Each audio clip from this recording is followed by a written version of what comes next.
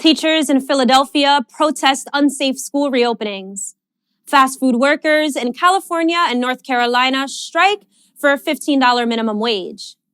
And farmers in India face increased state repression, but continue their historic strike for the fourth month in a row. On Monday, Philadelphia public school teachers braved freezing temperatures to protest the city's push to reopen school buildings. City officials are demanding that up to 9,000 young children begin in-person classes on February 22nd. The Philadelphia Federation of Teachers is refusing, pointing to the rundown conditions of the school's ventilation systems and asserting that any staff asked to come back should receive a COVID-19 vaccination first. The school district had initially threatened to discipline teachers who did not report for work, but the city intervened and will allow teachers to work remotely until a neutral mediator makes a decision on whether the school buildings are safe for return. This struggle in Philadelphia is reminiscent of the fight waged by teachers in Chicago, as I covered in last week's edition of On the Picket Line. All across the country, teachers are struggling to get their demands for safe school reopenings met. While local politicians and many in the mainstream media have attempted to place the blame of delayed reopenings on teachers' unions and instigate a divide between teachers and parents, a new HuffPost and YouGov survey of parents who have children in K-12 schools found that a significant number of participants said they approve of how teachers' unions in their area are handling the pandemic.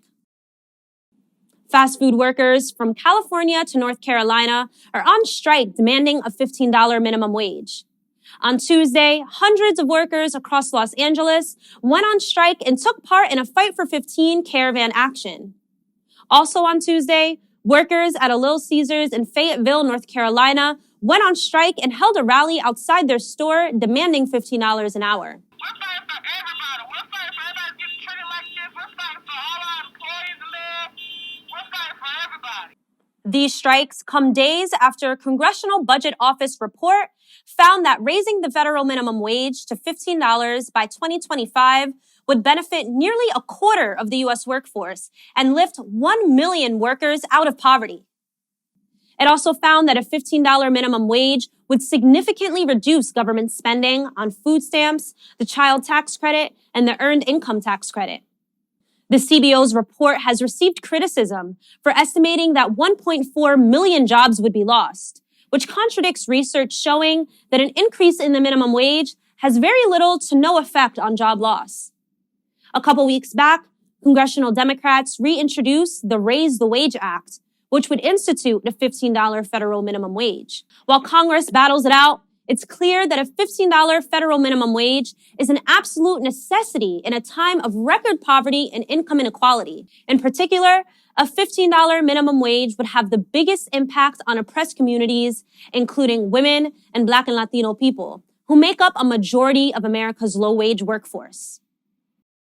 After almost 4 months on strike, farmers across India have refused to back down on their demand to repeal a package of pro-corporate agricultural reform laws. The government has continued to intensify its repressive tactics against the striking farmers and journalists covering the strike. They raided the office and arrested the top editors of progressive news outlet NewsClick, which has been doing extensive coverage on the strike since day one. And over the weekend, the government suspended internet access in several districts near the capital, New Delhi. Strikers have faced months of brutality from local police and military forces, but this repression has not stopped them. At a recent session of the nation's parliament, far right-wing Prime Minister Narendra Modi hurled insults at the strikers and poked fun at the historic movement's critique of foreign direct investment, called FDI, and renamed it Foreign Destructive Ideology. The All Indian Peasants Union, or the AIKS, the largest coalition of Indian farmers' organizations leading the strike, quickly fired back.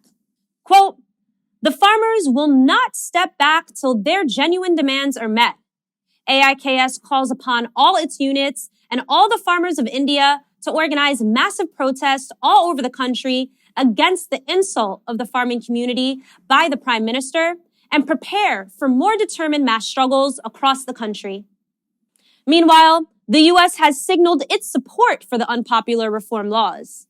The State Department responded to questions on the Biden administration's take on the strike, writing, quote, "In general, the United States welcomes steps that would improve the efficiency of India's markets and attract greater private sector investment."